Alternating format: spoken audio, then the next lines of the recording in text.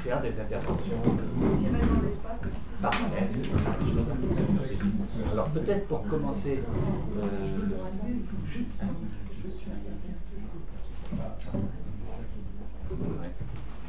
donc pour commencer peut-être demander à François tout de suite. Il dit qu'il n'a pas de choses intelligentes à dire, donc ce sera vite fait. Ben oui, parce que... L'idée c'est qu'il y avait deux intervenants supplémentaires qui étaient donc François et puis Charles Aluni. Charles Aluni n'a pas pu venir. Donc l'un devait intervenir du côté philosophie, Charles Aluni, et du côté musique, donc François. Pour peut-être donner quelques pistes ou quelques indications de comment ce thème de la journée, comment tu vois, ce que ça donne du côté musique, musique dans tous les sens du terme, composition, interprétation, écoute. Non mais là, comment dire, c'est un peu difficile de dire quelque chose d'intelligent parce que à la fois il y a une, comment dire, il y a une projection immédiate en musique, dont je vais en dire un mot, et puis en même temps, cette projection est quand même immédiatement aussi quand même assez écartée de l'espace dans lequel on vient de se mouvoir. On l'a peut-être vu d'ailleurs à propos de la question de l'émergence, parce qu'en musique, la question du sensible, donc disons, on va dire, on simplifie beaucoup, le rapport entre le sensible et l'intelligible est très important. Donc je prends cet exemple en musique, l'émergence, prend souvent la forme d'une émergence sensible de quelque chose. Tout d'un coup, enfin c'est un exemple assez connu, mais vous pouvez avoir 2 ou 3 voix qui soient simultanées, et puis d'un seul coup émerge quelque chose qui est soit un harmonique supérieur, soit au contraire une fusion qui n'était pas apparente. Et donc toute une partie des questions qu'on s'est posées n'ont pas véritablement lieu d'être, parce qu'à ce moment-là, ça se joue dans un espace immédiatement sensible. C'est-à-dire quelque chose apparaît au sens, on entend quelque chose qu'avant on n'entendait pas. Voilà. Ce qui est assez classique parce que vous pouvez avoir des accords assez compliqués. Si sur la partition vous pouvez le décrire, mais d'un point de vue sensible, il n'est pas vrai que vous faites une somme de la chose. Donc on va dire dans l'espace de la musique, il y a un jeu entre le sensible et l'intelligible, ou en tous les cas le sensible qui est plutôt de l'ordre synthétique et puis l'intelligible plutôt de l'ordre analytique. Mais ce jeu-là, à mon avis, a un peu de mal à être projeté directement sur la notion d'émergence, celle qu'on en a parlé. Ça, c'est la première difficulté. La deuxième, sinon, alors complétion, moi je repose la question que je me suis posée ce matin, qui enveloppe un peu l'ensemble de vos 3 interventions, tout au demeurant passionnantes, hein, enfin, merci de l'avoir fait. C'est est-ce que finalement ça enveloppe différentes notions dont on a plus l'habitude, alors en mathématiques, j'en ai rappelé 3, enfin l'extension, je sais pas, peut-être qu'on l'a chez Galois, la question des prolongements analytiques, prolongation analytique, ou la question des clôtures algébriques, enfin voilà. Bon. Alors j'ai l'impression que votre notion de complétion, qui est quand même, vous êtes assez propre, enfin voilà, vise un peu à envelopper tout ça. Bon. Là, il est clair qu'en musique, on a évidemment, si on le projette du côté de la musique, ça renvoie, on peut le dire de 2 manières, soit l'idée de work in progress en musique, disons plutôt dans la figure boulesienne, ou dans une figure plutôt mallarméenne de la tâche infinie. Car il est clair que, je veux dire, toute œuvre, par exemple, tout opus musical, à mon avis, est toujours quelque chose qui répond à une question posée par des œuvres antérieures, donc elle a un effet évidemment de réponse, et puis en même temps, aussitôt, elle opère comme question pour les autres qui viennent après. Sauf dans certaines circonstances où effectivement c'est un peu stérilisé. On peut par exemple considérer, si vous voulez, que l'art de la fugue, qui est l'œuvre tardive de Bach, qui en un certain sens, on peut la prendre comme une réponse à un certain nombre de questions antérieures posées par la fugue, mais telle que ça c'est comme les 1, enfin à partir de ça, la fugue ne renaît pas vraiment, on passe à autre chose. Alors, on sait bien que Mozart le reprend, Beethoven le reprend, mais un peu dans d'autres esprits. Et bon. Donc c'est vrai que là, il y a des fois aussi des sortes de complétions qui sont stérilisantes, plutôt que des complétions qui sont fertilisatrices. Enfin, voilà. Bon. Voilà, et puis par ailleurs, prolongation, enfin, il y a énormément de pratiques musicales où, je ne sais pas, pensez à Berriot qui réutilise du matériau, soit dans la figure, enfin vous savez, l'adagio de Mahler, etc., il le plonge dans quelque chose de plus grand, donc là aussi on a des formes, on va dire, de prolongation. Donc tout ça parle directement en musique, mais en même temps quand même dans un espace qui intellectuellement est quand même assez... enfin, qui n'est pas exactement ajustable, je crois, à la distinction que je faisais entre extension, prolongation, clôture. Encore une fois, même si ces trois catégories, on peut les retrouver en musique. Voilà. Voilà, c'est pour ça que j'ai un peu de difficulté à partir de là, disons, à partir de questions de musique, de réadresser des questions à la mathématique. Je suis un peu sec là. Non, mais est-ce que quand tu parles du fait qu'une œuvre répond à une autre, on pourrait interpréter cette affirmation sous la forme que ça prend en mathématiques, à savoir une œuvre fait problème ou pose un problème que l'invention des œuvres suivantes va, en une certaine manière, tenter de résoudre. Est-ce que ça serait, on pourrait faire un parallèle avec le travail mathématique, puisque dans ce qu'on a vu dans la complétion mathématique, les complétions mathématiques, elles sont faites avec quand même au départ toujours la question d'un problème. Oui, mais tu vois quand même. Avec une œuvre qui s'est arrêtée. Oui, mais alors ça, est-ce qu'en musique on aurait la même chose? Oui, mais on a la même chose, mais moi je la vois plutôt du côté de la clôture. C'est-à-dire quand même, tu prends un travail mathématique. Bon, admettons qu'il produit un théorème. Bon, alors si tu as fait ton théorème, tu as fait ta démonstration, c'est QFD, point, puis tu mets ton article, quand même, me semble-t-il. En musique, tu as un peu la même chose. Tu fais quelque chose, tu reprends un problème, tu considères que je sais pas, par exemple, on prend l'histoire des sonates de Beethoven, c'est très clair, enfin, on a 32 sonates avec d'autres, donc considère que finalement, le problème que pose la sonate, qui a été, mettons, il a les 8 premières, voilà, il est capable de traiter des nouvelles questions, il fait la 9e sonate, je ne parle pas de symphonie. Mais n'empêche qu'il le traite de telle manière qu'à la fin il met la double barre, c'est-à-dire il considère qu'il a traité ça. Ça c'est un peu l'équivalent du CQFD à la base, si tu veux. Donc par les mêmes, la 9e sonate n'est pas immédiatement quelque chose qui de manière claire ouvre la nécessité d'une 10e sonate. Voilà. Et de la même manière, me semble-t-il, enfin, mais un théorème ne pose pas forcément par lui-même la question de l'autre théorème qui doit venir après. Ça, c'est un autre. Enfin, tu vois, il y a quand même deux gestes assez différents. Et il se trouve qu'à un moment donné, on va dire, le genre sonate ou le genre fugue devient par lui-même saturé, un peu comme dans une théorie mathématique, on a l'impression qu'on ne peut plus vraiment rajouter de théorèmes intéressants, on fera plus des lemmes, on fera plus des choses d'application, etc. Bon. Mais dans quelles conditions finalement on atteint la saturation ou pas, c'est pas clair. Il n'y a pas de théorie générale, enfin, je ne vois pas trop. Et donc c'est quelque chose qui se présente quand même pas tout à fait endogène à l'œuvre. C'est plutôt quelque chose, cette fois, dans une configuration, l'équivalent en mathématiques d'une théorie, si tu veux. Tu vois, comme il y a eu à un moment donné en musique, le genre fugue, il s'est trouvé qu'à un moment donné, le genre fugue a été saturé. Voilà. Alors en partie, il a été saturé parce que tu as eu d'autres idées qui sont venues. Par exemple, classiquement, sur la fugue, la réponse est simple. La fugue, c'est monothématique, et à un moment donné, on s'est mis à travailler sur, c'est le fils de Bach d'ailleurs qu'il a fait, sur le bithématisme.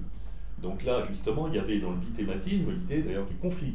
Là, on rentre dans une autre chose, on dit la musique doit être capable d'exprimer pas simplement une forme, non pas d'unanimisme, mais disons de collectivité chrétienne unie sur la foi, mais elle doit aussi être capable de prendre en compte des conflits. Donc pour ça, le bithématisme est plus intéressant que la fugue. Dans la fugue, il y a un peu un conflit entre sujet-réponse, mais il est complètement annihilé, enfin il est Bon, ben ça, c'est un peu comme en maths, j'imagine. Tout d'un coup, tu as une théorie, et puis tu te dis, elle est un peu saturée. Tu prends même la théorie des polynômes après Lagrange, on voit bien, là, on patauge. Je fais souvent référence aux déclarations de Cauchy, etc., au début du 19e, qui dit maintenant, bon, ben, tout ça, c'est terminé, il faut aller voir ailleurs. Et puis après débarque Galois. Mais Galois, quand il débarque, c'est quand même au prix du fait qu'il dit finalement il faut en partie se désintéresser de la résolution de ce qui obsédait Lagrange et les précédents, c'est-à-dire il faut se désintéresser de la résolution algébrique, enfin individuelle des racines. Il faut traiter le collectif des racines comme tel. Ce qui se passe dans le collectif, et non plus être obsédé par résoudre une équation, c'est résoudre individuellement. Résoudre une équation devient pour Galois comprendre le fonctionnement collectif du groupe. Donc là, il y a un changement de paradigme. Mais comment ça se passe? Ça se présente plutôt comme quelque chose un peu d'événementiel. Enfin, je veux dire, voilà, il se passe qu'on rajoute quelque chose, il arrive quelque chose.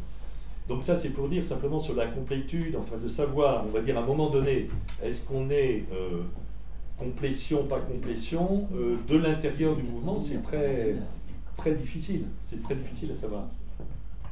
Moi, j'avais une remarque en m'appuyant sur ce qu'avait dit Evelyne ce matin, et donc ça me semble très différent entre la musique et les maths. C'est que justement cette demande d'ouverture, de complétion nouvelle pour sortir d'une situation qui serait bloquée ou saturée, très souvent elle a donné les exemples, on a parlé d'une définition de continuité, et puis finalement il y avait tous ces monstres dont elle a parlé, donc il y a les courbes de Peano, tout ce qu'on n'avait pas prévu, qui découle de là, et c'est ça qui donne une dynamique énorme. À côté, en effet, les grands problèmes qu'on veut résoudre toujours, qui sont, je sais pas quoi, le problème des N-corps, parce qu'on veut comprendre l'astronomie, mais en plus, il y a cet aspect-là de théories qui sont incomplètes à cause de... Alors, je ne sais pas s'il y a des monstres comme ça, enfin, musique, ou enfin, l'équivalent. Je sais pas trop...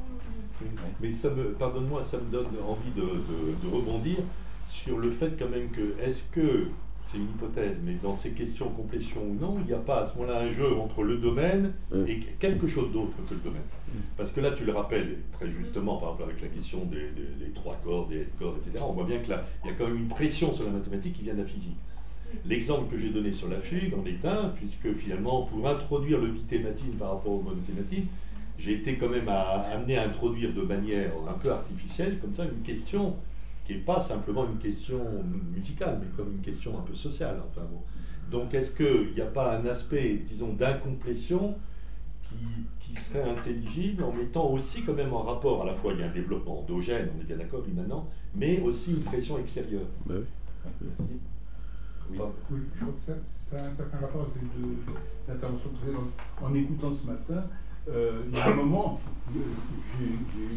j'ai eu une réaction par rapport à la question de l'incomplétude, c'est très ponctuel, mais c'est justement sur la façon de traiter les anomalies et sur l'opposition entre la position de Descartes et celle de Leibniz et Poincaré. Et c'est-à-dire celle qui consiste à exclure les anomalies et celle qui consiste à en dénier l'existence.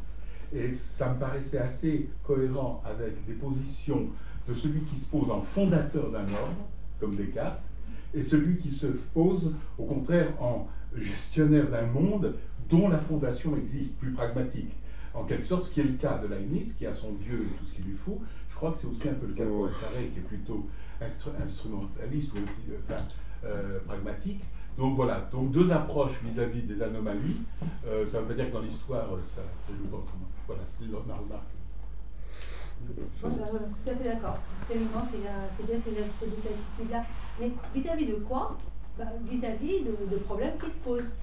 Qu'est-ce qu'on fait avec ces problèmes-là? Vous êtes assez au conflit. C'est des situations un peu de conflit en réalité. Oui, moi je vois ça par rapport à la société. Hein. Voilà, oui, là, ça marche. Parce qu'effectivement, ils avaient des rôles Descartes commence à fonder un ordre qui n'existe, politique qui n'existe pas encore, mais il donne des éléments de fondation qui est la raison cartésienne. Leibniz restaure la possibilité d'un ordre ancien dans le cartésianisme, etc. Donc on a des rapports effectivement avec des choses extérieures. C'est pour ça que ça se réunit à ce que disait François. Mais par rapport à ce qu'on disait aussi, c'est que moi j'ai un petit peu du mal à voir les mathématiques comme étant des fabriques de théorèmes. J'avoue que j'ai du mal à voir les mathématiques comme fabriques de théorèmes par rapport à ce que dit François. Oui. Hein, il dit théorèmes. Alors, mais les théorèmes, c'est pas... Les théorèmes, c'est pas... Le mathématicien, il dit pas, tiens, je vais faire un théorème. En général, il a une question qui peut être éventuellement très, très abstraite et qui a pour but de relier des éléments dans une théorie. Mais c'est pas je vais faire un théorème, c'est je vais résoudre une question, je vais résoudre un problème. Et c'est ça qui va faire que qu'il y a nécessité d'aller au-delà, ou au contraire, à un moment donné, on va regarder tel ensemble, etc. Et deux attitudes. Et c'est ça qui me... C'est ça que je voudrais... C'est pour ça que je me demande. D'accord. Si quand tu poses la question par rapport aux mathématiciens, tu penses les mathématiciens comme étant des fabricateurs de théorèmes, c'est un petit peu gênant. Parce que même par rapport à la question de Galois, de Lagrange, il y a bien une question qui est celle, qu'est-ce qu'il en est de la résolubilité des équations par radicaux de la 2,5, et Lagrange qui se dit, bien, plutôt que de voir, et c'est bien Lagrange quand même qui dit ça, qui dit, plutôt que de regarder pourquoi ça ne marche pas, regardons pourquoi ça a marché jusqu'au degré 4. Donc là, il pose bien, c'est bien avant Galois, il pose bien cette question tout à fait générale et qui est vachement, qui est très très intéressante. Et il me semble que d'ailleurs Galois lit Lagrange, il le lit bien. Souvent, les questions, c'est la question de la relecture de l'autre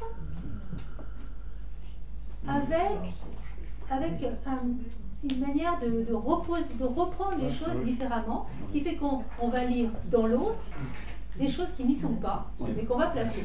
C'est plutôt comme ça. Donc moi, ça me gêne un petit peu de parler d'une émergence quand même chez Galois. C'est pas... Oui, il y a toujours des émergences si on veut, mais c'est pas tout à fait... Moi, je ne verrais pas tout à fait comme tu l'as dit. Mais si tu veux... Enfin, deux réponses, et puis après, sur Galois, et puis après sur les mathématiques. Non, mais prenons quand même celui de Galois et Lagrange, parce que c'est très intéressant. Effectivement, Galois reprend les résolvantes de Lagrange. Bon. Et les résolvantes de Lagrange, effectivement, ont un côté, puisque justement, c'est des équations uniquement avec les racines, donc ils travaillent sur le collectif des racines. Mais quand tu regardes le travail que fait Lagrange des résolvantes, c'est à chaque fois pour arriver à descendre d'un degré l'équation, et donc il garde subjectivement comme objectif la résolution par radicaux. Il ne le perd pas. Alors que Galois, le changement radical de Galois, certes, c'est vrai qu'il prend l'idée des résolvantes de Lagrange, ça tu as tout à fait raison. Simplement, il abandonne l'idée qu'il faudrait avoir comme orientation subjective la résolution par radicaux individuels, et il dit travaillons plutôt directement sur le groupe. Voilà. Donc là, il y a un changement complètement de... Bon, ça c'est sur ce point-là. Sur l'autre, bien sûr, je sais parfait, tu as raison les mathématiciens, une pensée mathématique qui ne se réduit pas du tout à la question des théorèmes et qui sont d'arriver à penser dans l'espace mathématique des questions nouvelles, la créativité ne se réduit pas à ça, etc. Certes, mais de la même manière, une musique n'est pas faite pour poser la double barre, elle peut être faite pour traiter une question musicale. N'empêche que le mathématicien, il sait quand même qu'à un moment donné, s'il veut vraiment le traiter mathématiquement, il va être confronté à la question de savoir son idée, etc. Est-ce qu'elle conduit à une chose démontrable ou pas démontrable? Il va être bien quand même normé intérieurement par cette nécessité-là. Ça ne veut pas dire que tout se réduit à ça, mais il va bien devoir dire, tiens, comme Riemann, enfin, je suis en train de travailler sur la fonction zeta là-dessus, au moment où il dit, voilà, je conjecture que ça, je ne le démontre pas, mais c'est bien qu'il devrait le démontrer. Et ça n'empêche pas de lancer l'idée. Donc l'idée ne se réduit pas à ça. Mais elle a bien comme instrument de mesure intérieur, immanent, la question de la démonstration. Sinon, voilà. Non, je ne mettais pas en doute la démonstration, je mettais en doute le moteur. Oui, mais je ne dis pas que c'est le moteur. Non, mais là je suis d'accord avec toi, c'est pas du tout le moteur. C'est pas du tout le moteur. Mais de la même manière en musique, si tu veux. C'est-à-dire l'idée qui est au principe de la sonate chez Beethoven, d'une sonate chez Beethoven, c'est assez compliqué quand tu vas regarder, si tu veux. Ça ne se réduit pas à la description de tel ou tel caractère, si tu veux, c'est pas du tout, tu vois. Donc il y a bien un peu l'idée dans Beethoven, quand il prend, mettons, la 9e, de mettre, on va dire, un schéma musical, tu vois, enfin bon, simplifions sur la forme sonate, à l'épreuve d'une situation musicale un peu nouvelle. Nouvelle parce que les thèmes vont plus être les mêmes, etc. Qu'est-ce que ça va donner? Il n'y a pas de pattern, donc l'exposition ne va pas être la même, le développement ne va pas être le même, c'est la même chose. Et à un moment donné, il va avoir l'impression quand même qu'avec ce pattern-là, il a traité une situation musicale différente. C'est ça qui est intéressant, évidemment. C'est pas... pardonne-moi, Alors, je pensais après, ce question du rapport à la musique qui est effleurée, hein. Et qu'il y avait une autre question qui était apparue dans la journée, c'était la question du partiel et des applications partielles dont André nous a beaucoup parlé. Alors, est-ce que cette question-là, peut-être André, tu peux nous en reparler si besoin est, ou à moi qu'on ait déjà bien entendu ce que tu as dit, je ne sais pas trop, mais est-ce que cette question, elle aussi, du partiel, elle aurait une nécessité,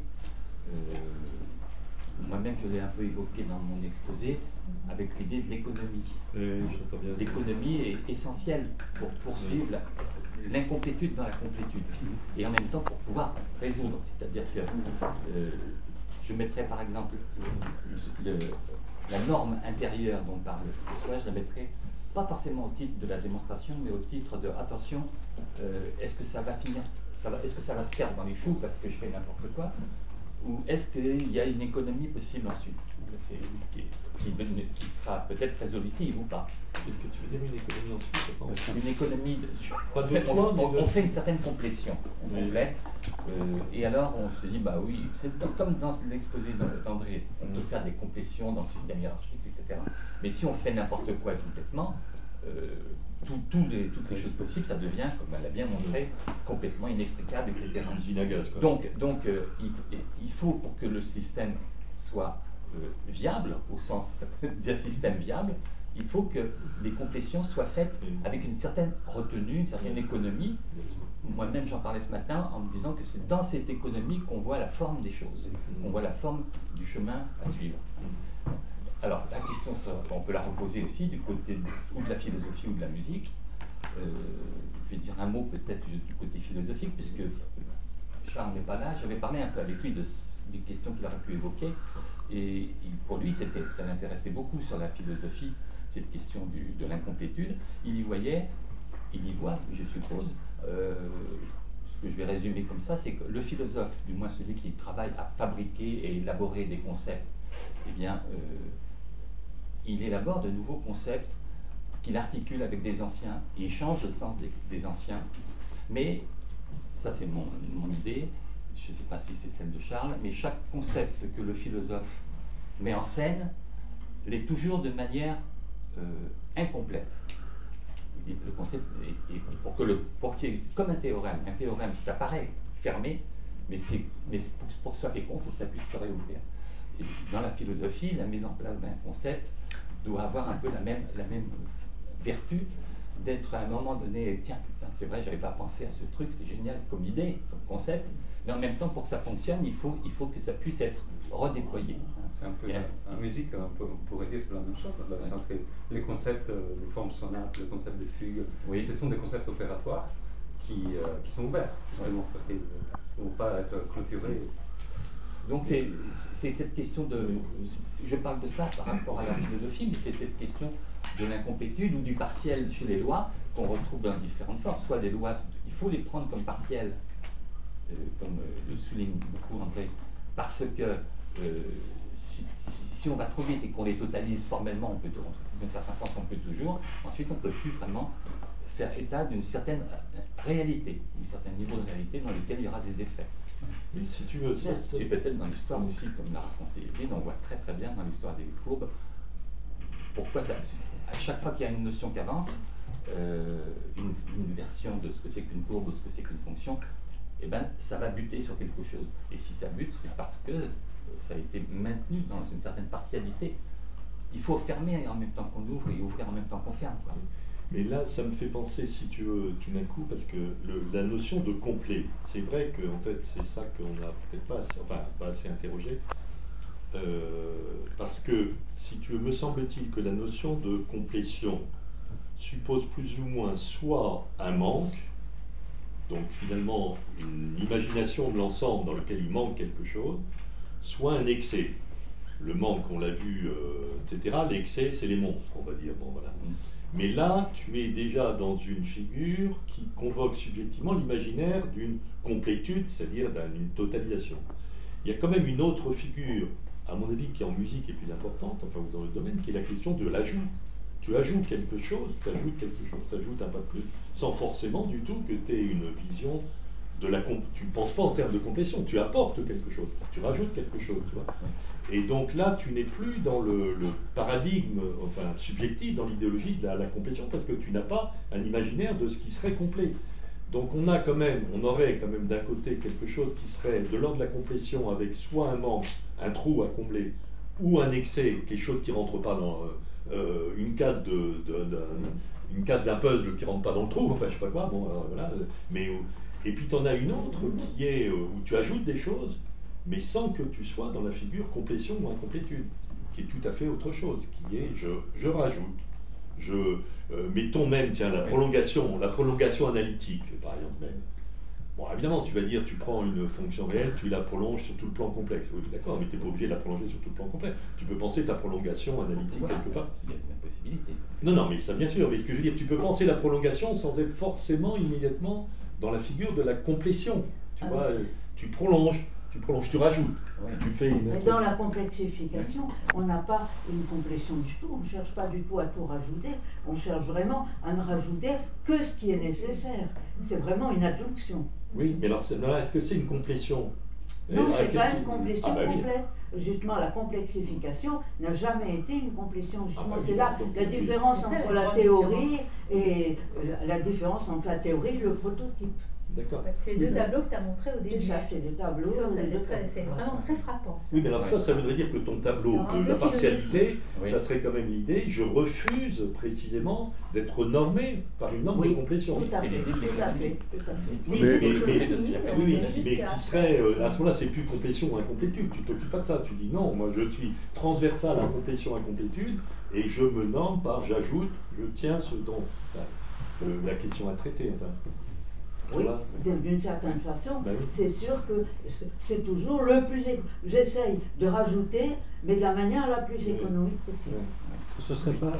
Mais je ne suis pas mathématicien aussi brillant que vous, donc en termes de terminologie, je ne suis pas sûr d'utiliser le bon terme, mais est-ce que ce ne serait pas la différence entre d'un côté la découverte et de l'autre l'invention?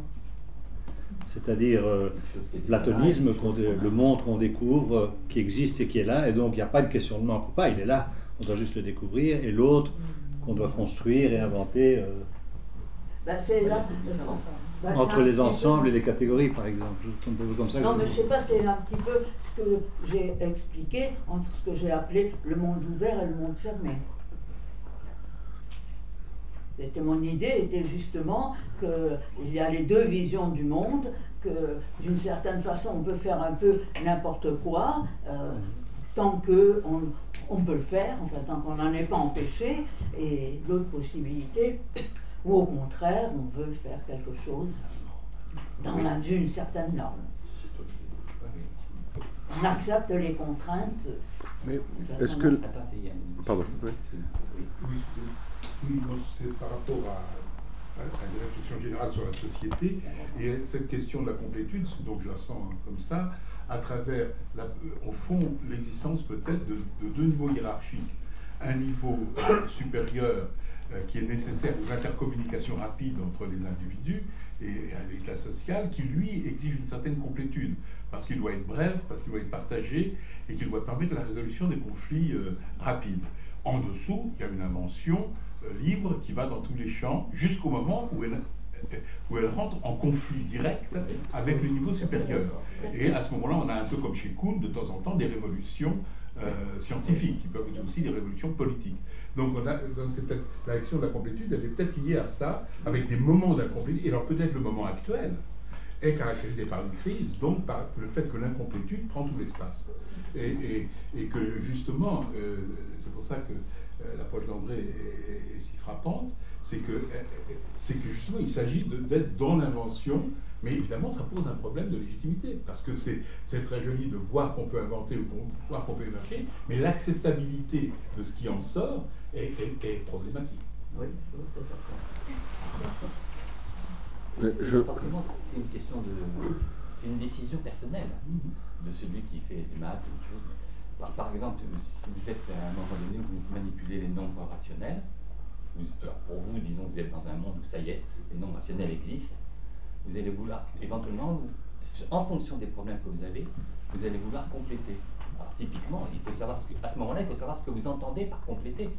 Et ça, c'est une question, je dirais, politique, entre guillemets, dans le champ de l'invention. Parce que soit vous complétez Q pour l'ordre, parce que c'est ça qui est le point saillant à ce moment-là, et vous obtenez R comme complété de Q, pour l'ordre usuel, soit vous complétez Q en tant que corps, pour avoir un corps algébriquement clos, et vous obtenez quelque chose de complètement différent.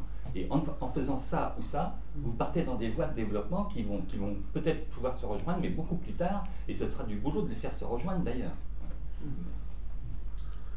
Stéphane ? Oui, tu as présenté comme deux perspectives presque incompatibles tes deux tableaux sur perspective globale et l'autre que tu as appelé, à défaut de mieux, je crois, spécifique, mais tu nous as dit que tu n'étais pas toi-même totalement convaincu par cette appellation, je crois. Non, effectivement. Hein? Mais est-ce que simplement, pour la plupart des mathématiciens, et à un autre niveau pour ce que ça implique d'optique philosophique, disons, simplement, je me demande si je ne rejoins pas la précédente remarque en disant ça, on circule entre les deux. Oui. Et bon, par exemple, il m'a semblé que du côté droit du tableau, donc de la perspective spécifique à laquelle tu adhères et dont personnellement j'apprécie beaucoup ce qu'elle implique en termes de partialité, parce que je suis dans une période où je prends conscience, simplement en relation avec l'existence, de l'importance de naître et de mourir à l'intérieur même de la vie. On a besoin, pour vivre, qu'il y ait de la mort et de la naissance. Bon, donc, de la partialité. Donc, je suis absolument convaincu que ce que tu nous as cité de NLab, par exemple, était un peu ridicule, cette manière de fermer les choses et de s'interdire simplement de considérer ces fonctions partielles tellement importantes. Mais donc apparemment de ce côté-là, c'était plutôt des petites catégories, et du côté global, des grosses catégories. Bon, par exemple, tu as mis les topos. Or, précisément, en réalité, ça circule, et même très vite, d'un côté et de l'autre. Yoneda fait ça tout de suite. Bon. Donc, est-ce qu'il n'y a pas, justement, à penser plutôt cette circulation, ou cette pulsation, pour reprendre un terme guittarien, entre ces deux perspectives? Oui, moi, mais je suis persuadée qu'il faut les deux perspectives. D'ailleurs, d'une certaine façon, je me suis un peu contredite même immédiatement, puisque j'ai effectivement bien, dès le slide suivant, mis la catégorie des applications partielles sous la forme de span, c'est-à-dire sous la forme totalisante. Alors que j'avais expliqué que je voulais, et immédiatement en face, j'ai mis l'application partielle. Donc c'est pour ça que je n'ai pas compris que j'ai posé ma question, je te signale, sur ce point-là. Oui. Ah bah non, parce que tout à l'heure j'ai passé pour un abruti. Non mais tu vois, là il y a un problème quand même. Non, il y a un problème. Enfin, si, de mettre ça sous le nom partiel, puisque justement c'était... Ben, j'avais les deux à la fois, mais mon dessin montrait les deux à la fois. J'ai voulu montrer les deux à la fois. De même que l'émergence a un certain rapport avec quelque chose de l'ordre du global, et donc on est bien sous le signe d'une circulation, comme ça. Donc c'est pas tellement d'opposer le complet à l'incomplet, mais c'est de voir comment le complet et l'incomplet se complètent et éventuellement s'incomplètent. Sauf que effectivement c'est pas forcément prévisible à l'avance. Et que ça peut être qu'à un moment, tiens, tu citais Cartier parlant de Grothendieck a dit à un moment il a tué l'analyse fonctionnelle. Bon, voilà, il a tué donc le domaine à un moment semble et la comparaison entre Bach et les 1, j'avoue que j'avais jamais entendu, mais c'est pas mal aussi. Effectivement, on peut dire à un moment il y a un travail qui accomplit, il y a une œuvre qui accomplit un domaine, et donc au moins, peut-être pour quelques années ou quelques siècles, ça ne va pas repousser par là. Mais sous la pression peut-être de choses tout à fait extérieures, ça peut, quelque chose de nouveau peut apparaître. Et le fait qu'il y ait cette extériorité, ça fait partie aussi de l'idée de cette ouverture. Et une dernière remarque, c'est que, bon, moi, quand René a parlé des corps, je crois que c'est toi qui as parlé des corps algébriquement clos plus gros. Oui. Bon, mais en même temps, bon, c'est bien, quand on arrive à C, il y a quand même réellement quelque chose qui est clôturé. Mais clôturé, ça ne veut pas dire que c'est mort, ça veut dire que la vie, elle va se développer à l'intérieur, peut-être. Mais pas, voilà, donc ça continue à vivre dans une autre direction, et avec des facteurs peut-être totalement imprévisibles. L'ouverture, elle est finalement à tous les niveaux. Et si à un moment ça semble tari, bon, peut-être faut juste l'accepter, pas trop s'inquiéter. Mais je voudrais... Pardon. Je pense que les deux philosophies sont plus dans la manière dont on regarde les problèmes qui vous intéressent qu'autre chose. C'est-à-dire, je pense qu'effectivement, du moment où j'ai un problème, c'est sûr que ma philosophie, c'est plutôt de regarder les choses un peu partielles, où il y a justement des difficultés à cerner les choses. Mais ensuite, quand je veux le faire, j'essaye évidemment de prendre tous les outils que je peux avoir à ma disposition, qu'ils soient d'un côté ou d'un autre. Mais je pense que les problèmes auxquels je m'intéresse initialement seront d'un côté ou de l'autre. Mais pour tenir ma fonction dans la table ronde, là, pour poser une question peut-être plus intelligente que celle que j'ai dit jusqu'à présent, est-ce que quand même, je renouvelle... Tu peux essayer. Oui, je vais essayer, tu me diras. Est-ce qu'il ne faut quand même pas interroger à quelles conditions de possibilité on peut se poser la question complet ou incomplet? Voilà, cette question ne va pas de soi. Et je prends en musique. Finalement, il y a très très peu de compositeurs, à mon avis, qui se sont posés la question de compléter quoi que ce soit. Bach, je pense qu'il ne sait pas, quand il a fait l'art de la fugue, il n'était pas du tout dans l'idée je vais compléter le monde de la fugue. Je vais plutôt montrer la puissance de ça. Le seul peut-être à se l'être posé, c'est Wagner. Mais on voit bien que si Wagner s'est posé dans la question d'un art complet, ce qui est en même temps frappant, c'est que c'est pas une complétude musicale, c'est une complétude artistique. Donc c'était encore autre chose. C'est-à-dire, est-ce qu'on peut faire un art complet, c'est-à-dire sous le schème du drame qui incorpore le théâtre, etc. Donc, si tu veux pris du côté de la musique, la question complet ou incomplet, on ne se la pose pas en vérité. Voilà. Donc, si on se la pose en mathématiques, puisque toute notre journée était mise là-dessus, qu'est-ce qu'on présuppose pour que cette question puisse être posée? Quelle est-elle exactement? C'est-à-dire, parce que finalement, à vous entendre, alors c'est peut-être d'ailleurs une question pour une journée l'année prochaine, enfin, mais ça ne va pas de soi, cette notion de complet. Qu'est-ce que ça veut dire complet? J'ai une réponse sur ça, alors...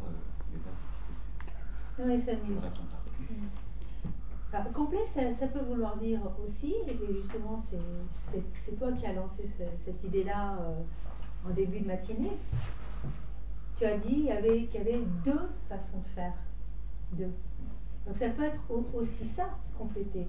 Compléter, ça peut vouloir dire tout simplement, voilà, il y a quelqu'un qui a perdu son bras, on va lui remettre, quoi. C'est deux choses qui sont séparées. Il y a peut-être 3 bras. Ou même 3. Oui, mais donc on n'a pas complété. Oui, mais là, en l'occurrence, c'était 2 chez René. Oui. Chez moi aussi, dans l'exposé que j'ai fait. Oui, bien sûr. Et par exemple, je vais reprendre alors l'exemple que je prenais, celui de Descartes au départ. Quand il dit les courbes, elles sont décrites par des mouvements, elles sont exprimées par des équations. Il rassemble là deux choses qui sont complètement différentes et considérées comme des domaines complètement différents par les mathématiques de l'époque. Oui. Hein. D'accord, mais même ça, pour c'est très grave là ce qu'il propose, parce que Platon, c'est ce qui est dit et c'est certainement ça a été rapporté, c'est que d'un côté on a en fait l'idée de mécanisme, de mouvement, donc justement ce qui n'est pas susceptible d'être théorisé, et de l'autre côté on a l'algèbre qui est un art. Donc, et il faut rassembler les deux. Et il a bien cette idée, puisqu'il dit dans les mathématiques, il n'y a rien de vraiment très intéressant par rapport à ce que je veux faire, ma méthode.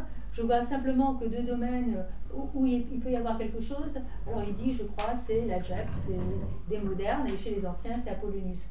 Il rassemble deux choses complètement différentes.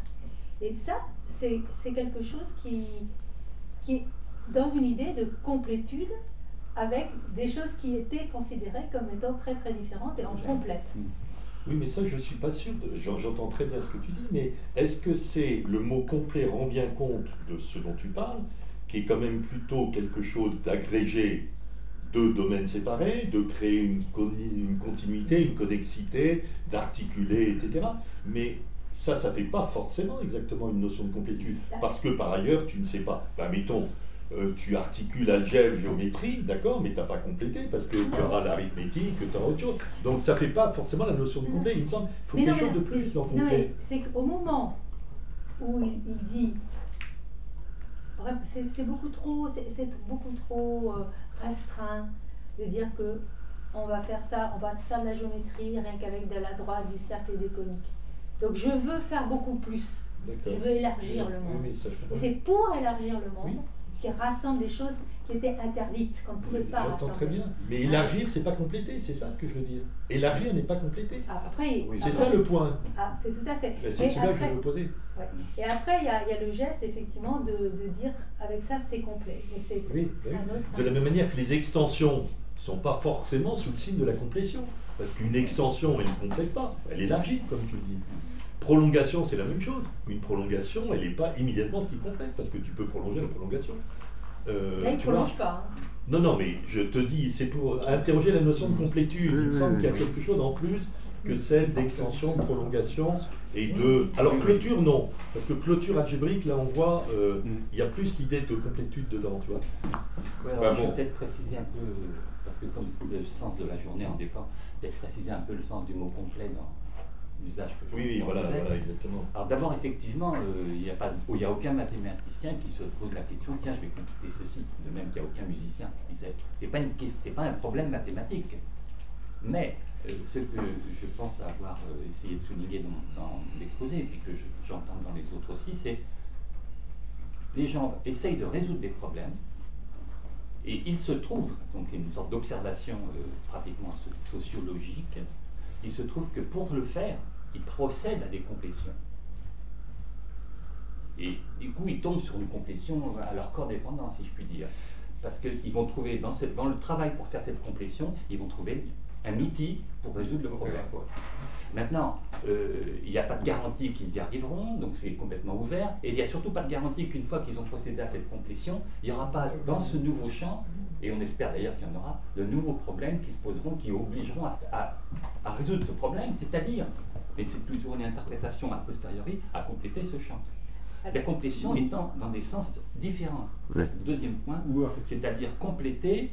Moi, je le prends au sens que ça peut avoir aujourd'hui en théorie des catégories, c'est-à-dire calculer une limite inductive.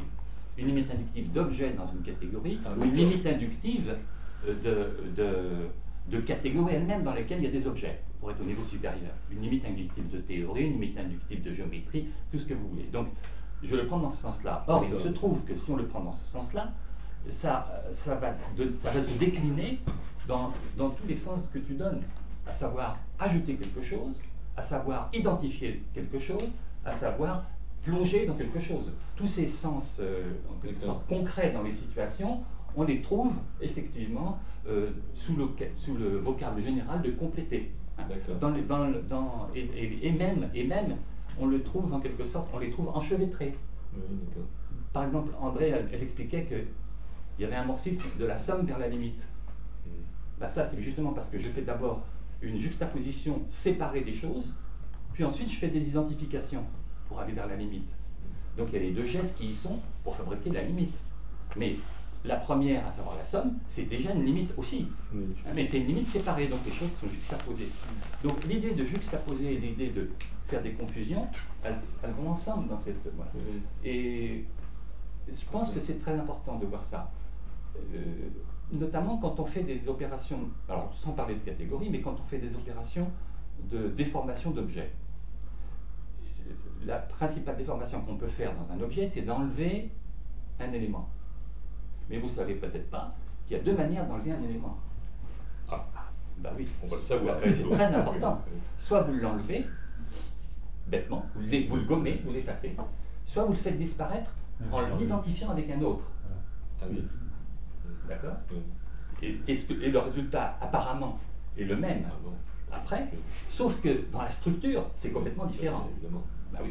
Vous prenez par exemple une ovale cartésienne, c'est une courbe qui a 3 foyers. Vous voulez en faire disparaître un. Vous en prenez un, vous le jetez à l'infini. Il vous reste une hyperbole. Le même, vous l'identifiez avec un autre, il vous en reste 2, vous avez une ellipse. D'accord? Mais tu prends un segment avec voilà, 2 extrêmes identifiés, ça devient un cercle, et tu enlèves juste un point. Voilà. Voilà. Mais donc, le fait de faire disparaître, et il a 2 modalités, et en fait, on reconnaît là les 2 modalités de la séparation, de la juxtaposition séparée qu'on recolle simplement, ou de l'identification qu'on avait. Or, dans l'idée de complétion qu'on évoque en tant que catégoricien, eh bien, ces 2 sont mêlés, et évidemment, ça peut être très important de savoir lequel on fait ou pas. Il y a peut-être plus de façons que ça encore de faire disparaître, parce que ce que tu dis m'évoque, donc je me mets sur le mode de l'association d'idées, ce qui se passe avec les entrelacs. Bon, prenons notre ami commun, le nœud borroméen. Oui. Bon, eh bien, donc il a 3 composantes qui sont entrelacées globalement. Quand je dis notre ami commun, pas seulement René et moi, c'est quand même une mascotte de Mamuffi. Voilà. Bon, eh bien, il y a 2 façons, a priori, tout à fait équivalentes de faire disparaître une des composantes pour se rendre compte que les 2 restantes sont séparées. C'est soit de couper avec des ciseaux une des 3 composantes, soit de l'oublier mentalement, disons, de la gommer globalement, de la faire disparaître purement et simplement de notre esprit. Alors, le résultat est le même, les 2 qui restent se défont. Mais ces 2 manières de faire s'interprètent du côté de l'intrication quantique de 3 particules comme des gestes différents, l'un faisant référence au formalisme, à l'un des formalismes classiques de la physique quantique, et l'autre à un autre formalisme, c'est-à-dire c'est la différence entre considérer des sous-systèmes ou le fait de considérer une opération de mesure comme équivalent au fait de couper. Et ça ne donne pas la même intrication, c'est-à-dire qu'on a des états d'intrication quantique qui donnent lieu à des structures connectives différentes selon la modalité de disparition retenue. Et en fait, toutes ces modalités, ces structures connectives qu'on peut voir dans l'intrication quantique lorsqu'elle implique un nombre plus important de particules, sont eux-mêmes en quelque sorte entremêlés, quoi. Donc je pense qu'il y a tout un univers en fait de la disparition là qui... Alors, c'est très intéressant ça. Le fait d'oublier mentalement, moi je l'interpréterais comme construction d'une limite projective, parce que ça veut dire que j'extrais les 2, celui que j'oublie je le laisse, enfin, du système des 3 j'en extrais 2 pour former un autre, un sous-système. Et ça veut dire que je fais quelque chose qui va dans le sens d'une flèche. Le résultat est inclus dans le précédent. Ouais. On doit le décrire en termes de limite projective. Bon. Donc tu retombes sur... C'est aussi un autre point qu'on n'a pas du tout débattu, c'est qu'en fait, quand vous êtes dans une catégorie, vous avez 2 notions de limite, la limite inductive et la limite projective, avec des cônes comme ça ou des cônes comme ça. Alors, très souvent, et ça a été bien développé dans les travaux d'André et de Charles Ehresmann, il est question de faire les 2 complétions en même temps, complétion mixte. Et ça, c'est évidemment, du coup, beaucoup plus difficile. Dans ce qu'André a évoqué, là, il n'y avait que des inductives, mais on pourrait faire encore pire en imaginant dans les systèmes dans les systèmes énergétiques, il y a les 2. Oui. Les procédures, c'est des choses projectives. Oui, en tous les cas, moi, ce que je retiens de ce que tu as dit, qui me paraît très clair, c'est que finalement, on a utilisé la notion de complétion ou de complétude au sens calcul de limite, inductive ou projective, donc au sens catégoriel. Oui. Là, à mon avis, c'est très, très clair. Là, de ce oui, alors il y a un autre mot plus géométrique qu'on pourrait dire, c'est des recollements. Mais à condition d'entendre le mot recollement avec la simple juxtaposition ou vraiment des superpositions. Pour les limites inductives, tu ne penses pas que le mot recollement... le mot recollement, pour moi, c'est vraiment une limite inductive. Oui, c'est ça que je parle. Il n'y a pas une limite projective. Non, je parle des limites inductives. Oui. Ah oui, les limites inductives et recollement, pour moi, c'est la même chose. Donc, pour faire une métaphore non technique au point de vue des catégories, le mot recollement nous convient bien. Je voulais un peu revenir sur les problèmes de fondement, notamment la crise qu'il y a eu entre Brouwer et puis Hilbert.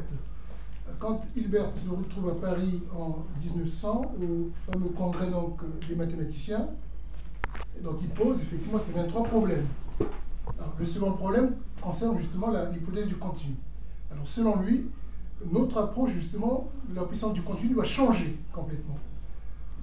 Chez Brouwer, il y a création d'une nouvelle analyse fonctionnelle, dite intuitionniste, hein, où justement il maintient effectivement les suites de Cauchy, le nombre rationnel qui converge vers R, mais il rajoute justement deux autres suites qu'il appelle les suites anarchiques, donc split sequence, et puis les suites libres de choix, choice sequence. Selon lui, à travers ces deux formes de suite, on peut effectivement créer une nouvelle puissance du continu qui n'a rien à voir avec le R dont nous travaillons. Voilà.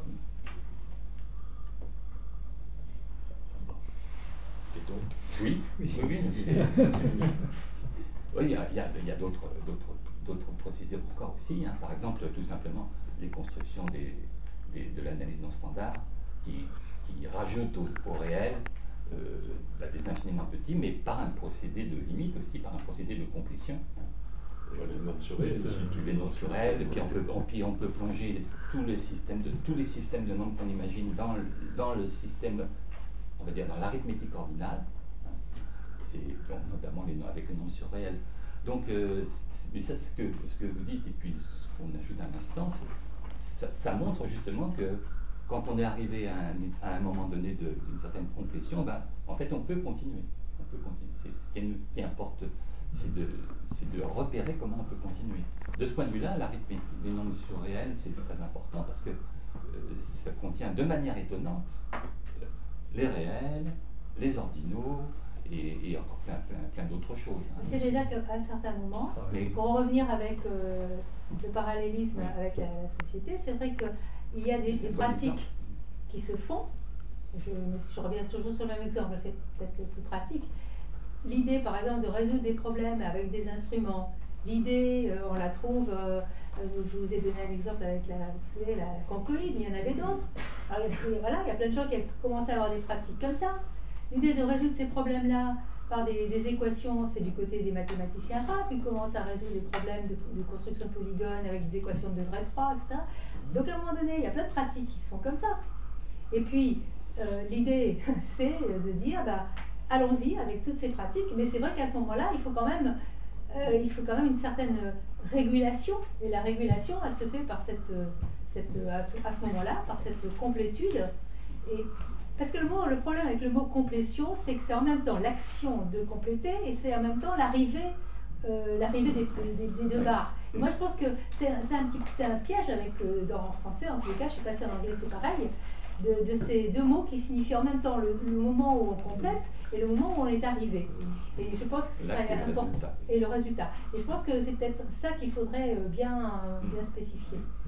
Le mot complexification est aussi très mauvais, puisque dans la complexification, on enlève en plus des éléments, puisque dans la complexification, l'idée c'est qu'on enlève et qu'on rajoute. Et effectivement, d'ailleurs, dans le livre de l'UNESCO dont j'ai mené le chapitre 3, effectivement, je parlais de D avec une grande barre complexification pour donner l'idée qu'il y avait des deux à la fois. Je voulais ajouter aussi un exemple qui était dans l'exposé d'Evelyne ce matin, mais qu'elle n'a pas spécifié comme tel, de principe de multiplicité, puisque après il a été question. C'est justement les deux systèmes dont Evelyne vient de parler, c'est-à-dire les courbes bien réglées et les courbes algébriques. Ça produit deux notions de courbes apparemment différentes, et il a été donc démontré plus tard que c'était le même système. Ça, c'était un théorème. C'est devenu un théorème de Kempe en 1875. Donc ce théorème de Kempe, il énonce un fait du type MP, c'est-à-dire que un certain système de courbes, je peux l'obtenir par tel type de construction des systèmes articulés, ou bien par tel autre système algébrique. Donc le fait qu'on ait les deux manières d'obtenir le même, c'est un exemple typique de mise en œuvre du principe MP. Et d'ailleurs, du fait que ce théorème se présente sous cette forme, il y a comme une relance immédiate, c'est qu'on peut chercher des systèmes plus économiques d'un côté ou de l'autre. Parce que d'un côté, la présentation algébrique nous paraît assez bien régulée, une équation polynomiale assez simple, et puis de l'autre côté, du côté système articulé, c'est plutôt anarchique, on ne sait pas trop comment les classer, etc. Donc, et on peut, par exemple, pour des courbes d'algébrique de degrés assez élevés, avoir des systèmes articulés très simples, ou le contraire. Donc il y a toute une problématique qui se pose autour de ça, et qui d'ailleurs n'est pas réglée du tout, et ça donne lieu à beaucoup de travaux mathématiques en ce moment, notamment pour tous les gens qui s'intéressent à la robotique.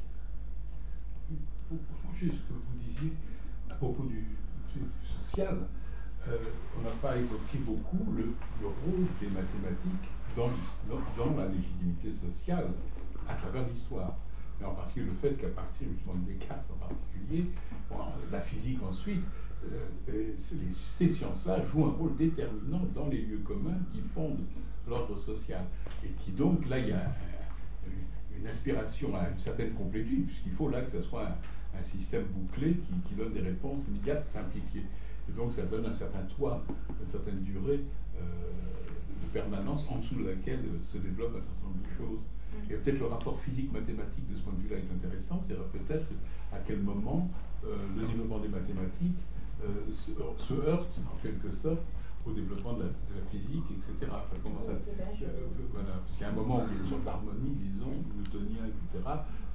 Et puis peut-être même contre, et puis ensuite il y a des moments de divergence. Et ça... Ah oui, ça c'est...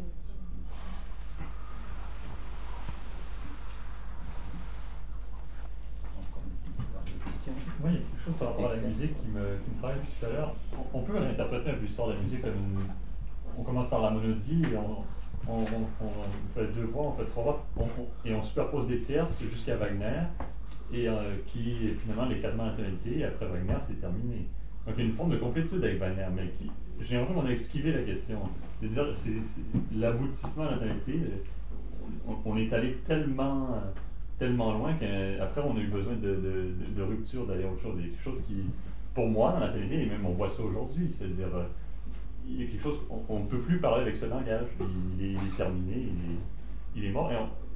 J'avais la même résonance avec les nombres hyperréels. L'analyse non standard, je vois son intérêt un peu comme une curiosité, ça peut être intéressant philosophiquement, mais c'est une question pratique, vous me contredirez, mais pas beaucoup de gens travaillent avec ça. Je veux dire, c'est une forme... Et je l'associerais. Quel rapport? Il y a des gens qui travaillent. C'est un champ qu'on ne touche plus, c'est-à-dire c'était l'aboutissement d'une évolution, d'une complétude qui est complète et qu'on ne touche plus, qui est à part, c'est-à-dire on est passé à autre chose. Sur l'analyse non standard, effectivement, j'ai écouté récemment une interview qu'on trouve sur YouTube de Alain Claude, dans laquelle il raconte un peu son parcours mathématique, et à un moment donné, de manière négligente, il dit « Au début, je me suis intéressé à l'analyse non standard, puis après, je me suis rendu compte que c'était une voie un peu sans issue. » C'est voilà ce qu'il dit. Et c'est à l'époque où il commençait à faire des recherches, il était à ce moment-là élève de Choquet, et après, il s'est plus tourné vers les étoiles algèbres avec Dick Smith. Mais je pense que c'est un jugement un peu hâtif. Oh, bien sûr. C'est un jugement d'époque, il l'avait fait à cette époque-là. À cette époque-là, c'est ce qu'il voyait les choses comme ça. Il a le droit de dire qu'il voyait comme ça. Maintenant, de donner une certaine pérennité à ce jugement, je trouve que c'est un peu pas irresponsable, il ne faut pas exagérer. Mais c'est aventureux parce que je suis pas aventureux. Voilà. D'autant plus qu'il y a eu quand même des travaux intéressants qui ont été faits. En ce moment, effectivement, ça semble un petit peu... On n'entend pas de nouveautés, mais il y a eu des travaux très intéressants qui ont été faits, notamment par les élèves de RIB à Strasbourg, et puis qui ont fait des choses très intéressantes avec, comment il s'appelle, les deux, Marie Lafemme qui travaillait aussi à Alger, je ne me rappelle plus leur nom, enfin qui ont inventé des petits objets très intéressants, comme ce qu'ils appellent des canards, ou des choses comme ça. Et avec ça, ils ont fait des analyses qualitatives physiques, enfin, liées vraiment à la physique, qui étaient assez intéressantes. C'est-à-dire qu'ils ont réussi ces objets, c'était des objets formels en quelque sorte, des complétions en un sens, à les réinvestir à un niveau d'une bonne métaphore physique pour expliquer dans les systèmes des apparitions et traiter notamment de la stabilité et des choses de ce genre dans les phénomènes physiques. Bon. Alors on peut dire, voilà, c'est tout. Alors, oui, mais on en sait on peut dire ça, mais on peut dire ça de n'importe quel théorie. Dans 10 ans, dans 20 ans, dans 50 ans, ces choses-là vont peut-être être reprises, et ça va faire des hyper théories. On peut pas dire. On peut pas dire. Enfin voilà, du j'en sais. Je dis juste ce que j'en sais. Je pense que le contexte est essentiel. Absolument. Quand il y a une évolution, c'est dépendant d'un contexte. Tout à fait.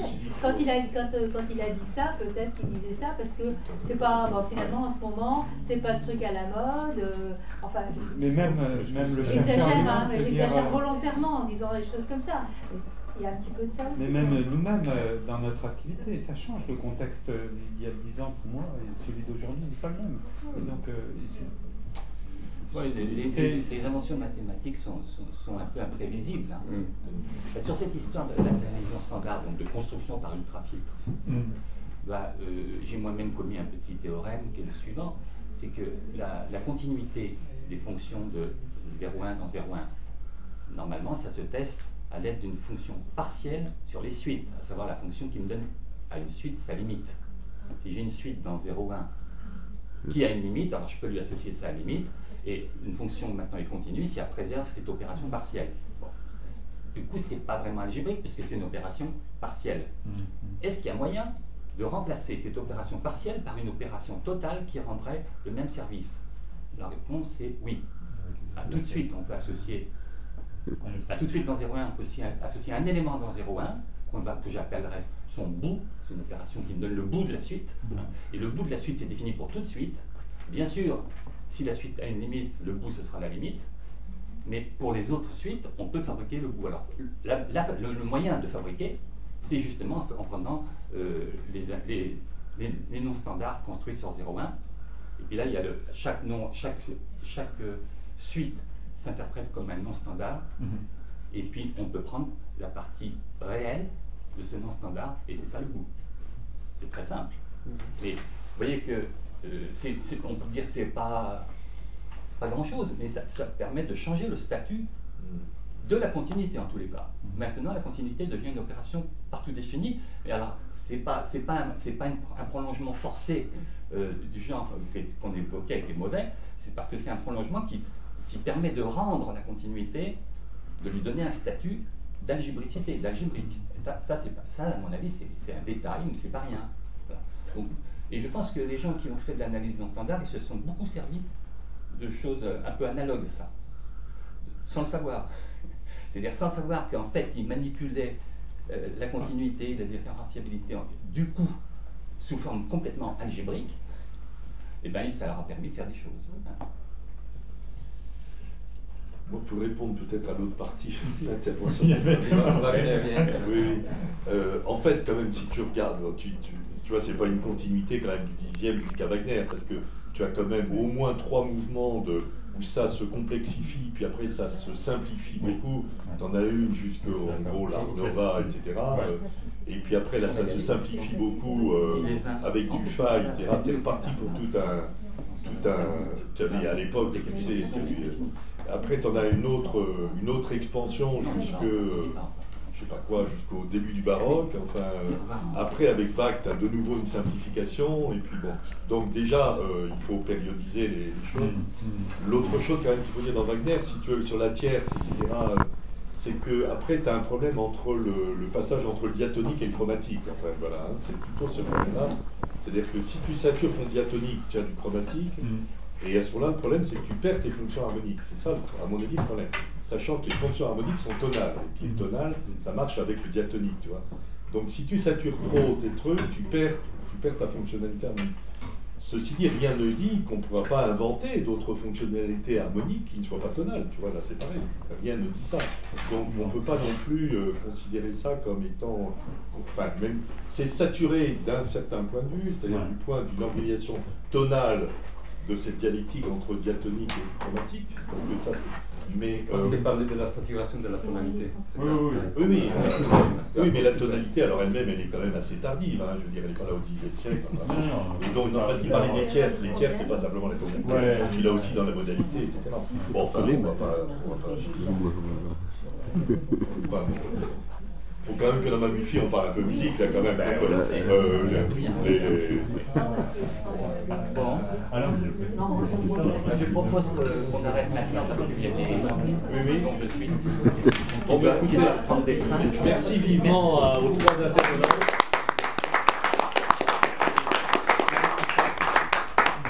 Et donc rendez-vous le 16 pour Stéphane. Voilà.